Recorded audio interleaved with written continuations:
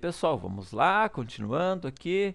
Então é o seguinte, vamos modelar isso aqui. Deixa eu começar aqui fazer primeiro cidade aqui, para vocês entenderem bem aqui o esquema. Deixa eu tirar isso aqui daqui. Então, por exemplo, na minha tabela da entidade, cidade, então vocês poderiam especificar aqui, né? Então, entidade para armazenamento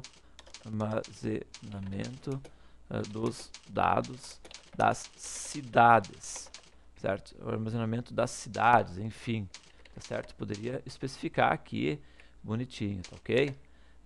Vamos aqui dentro, vamos botar então quais são os atributos pertencentes à minha entidade de cidade, quais são os meus campos, as colunas. Então, pessoal, eu que trabalho comecei aprendendo Clipper lá em início dos anos 90. Então eu desde aquela época até hoje eu uso a mesma padronização. Ou seja, por exemplo, quando eu vou criar um atributo, um dado, uma coluna para uma entidade, para uma tabela, eu sempre coloco as 3 primeiras letras daquela tabela. Por exemplo, seed código. Então eu nunca faço assim, tipo, ou poderia ser feito o código da cidade, né? Então eu prefiro colocar as iniciais, seed código, tá? Esse aqui é um padrão que eu uso, tá? Se tu não quiser seguir esse padrão, não tem problema nenhum, mas é bom tu ter um padrão teu, tá certo? Não simplesmente colocar somente código, certo? Aí fica, acredito eu, lá no desenvolvimento do software, fica um pouquinho mais complicado saber, mas código, tu vê lá código, mas código da onde? Então fica mais complicado para tu enxergar.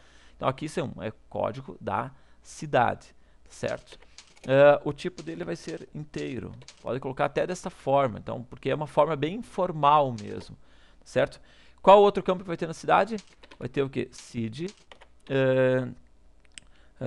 nome, né? Nome da minha cidade. E esse sim vai ser então texto com quantos caracteres?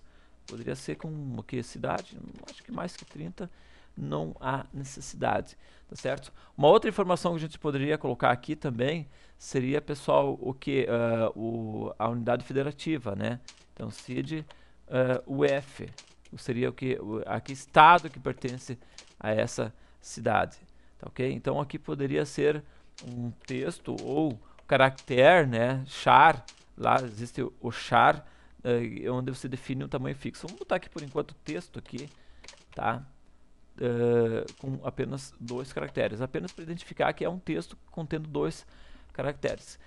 Muita gente questiona, por exemplo, nas minhas aulas, por exemplo, eu não poderia colocar aqui também o CEP? Não, eu não posso colocar CEP porque tem cidades que têm N CEPs diferentes, tá ok? Então você não vai poder colocar o CEP aqui. Então, pessoal, o que eu fiz? Desta forma, eu teria pronto a minha entidade de cidade. Então, a minha entidade de cidade está pronta, tá certo? Tá, beleza, aqui terminei a minha entidade de cidade. Então a gente poderia fazer a mesma coisa com o bairro, tá certo? Ou seja, é uma entidade para armazenamento de bairros. Deixa eu dar aqui um Ctrl C, Ctrl V, para a gente aproveitar aqui o espaço aqui. Entidade para armazenamento dos bairros, né? Dos bairros. Então aqui a gente ia ter então um by código, um by nome, nome do bairro, certo? E aqui não vai ter esse último aqui. Só que para bairro, de repente a gente poderia colocar 20 caracteres. Veja que é uma forma, pessoal, realmente bem informal, certo? Tô colocando aqui apenas para identificar, para ficar fácil de ser entendidos, apenas isso, tá ok? Aqui um Ctrl C. Vamos fazer a mesma coisa aqui então aqui para o endereço. Vamos botar aqui dos endereços. Isso aqui pode levar, mas isso aqui é meio chatinho, né? É chatinho, tá? Mas é por aqui que tudo começa, tá certo? Vamos fazer a mesma coisa aqui para mídia, tá? Então, vamos colocar aqui das mídias. Aqui, apenas para ficar bem esclarecido. Então, mídia, código e mídia, nome. Ok. Bom, agora a gente vamos fazer aqui então o nosso camarada principal aqui, que é a pessoa, tá ok? Então vamos colar isso daqui aqui e vamos começar a fazer aqui então essa nossa listagem dos atributos para a pessoa. Depois, pessoal, cada um desses vermelhinhos aqui vai ser uma entidade, certo? Que a gente vai estar criando, e cada um desses aqui dentro serão os atributos que a gente vai estar colocando dentro das minhas entidades, tá ok? Então, aqui vamos começar. Bom, pessoal, aqui é o seguinte, a entidade para armazenamento das pessoas, né? Agora, olha só que interessante aqui, ó, das pessoas. Tudo bem, mas e aí? Isso aqui fica um pouco vago, porque assim, se tu vê aqui, entidade para armazenamento das cidades, tranquilo, né? Ah, armazena as cidades, Carazinho, Passo Fundo, Não Me Toque, Gurupi, Guarujá do Sul, Florianópolis, tudo mais. Bairro, mesma coisa, endereço. Mídias, né? Aqui, mídias, de repente, você poderia ficar meio... Mídia, mas o que significa isso aqui? Então, a gente poderia complementar exemplo, né? Exemplo, jornal, TV, rádio. Então, fica assim uma coisa mais entendível. Para endereço, bairro, cidade, obviamente que não precisa. Para pessoa também não precisa, mas poderia ficar meio vago. Mas que tipo de pessoa? O que faz a pessoa? Certo?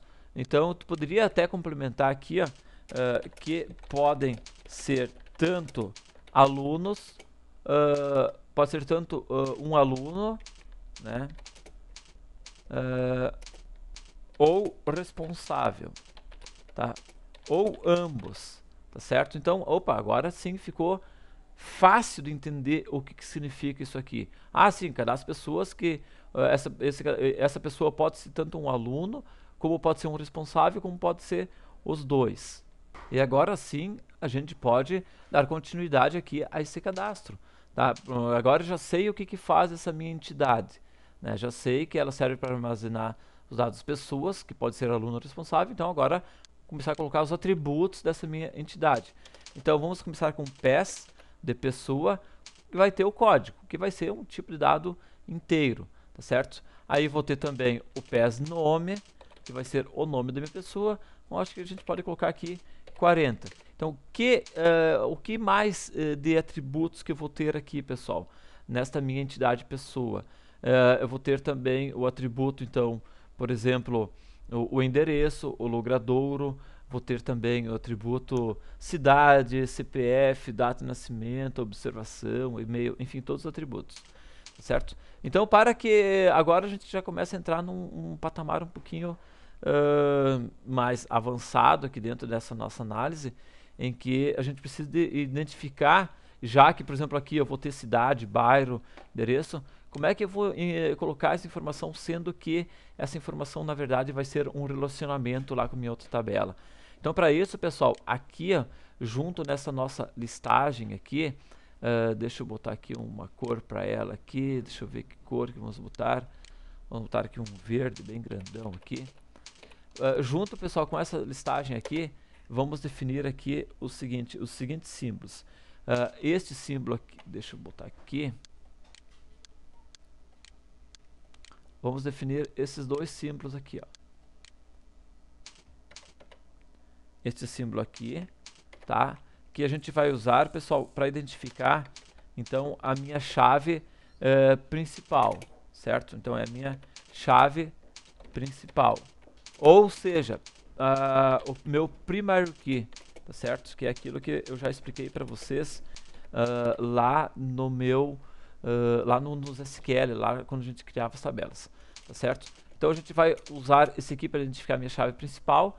Então, como é que a gente faria isso daqui aqui? Simplesmente colocando esta chave aqui do lado do meu atributo, que vai ser a chave principal, tá ok? Então, na próxima aula a gente vai dar continuidade a isso aqui. Um abraço, tchau!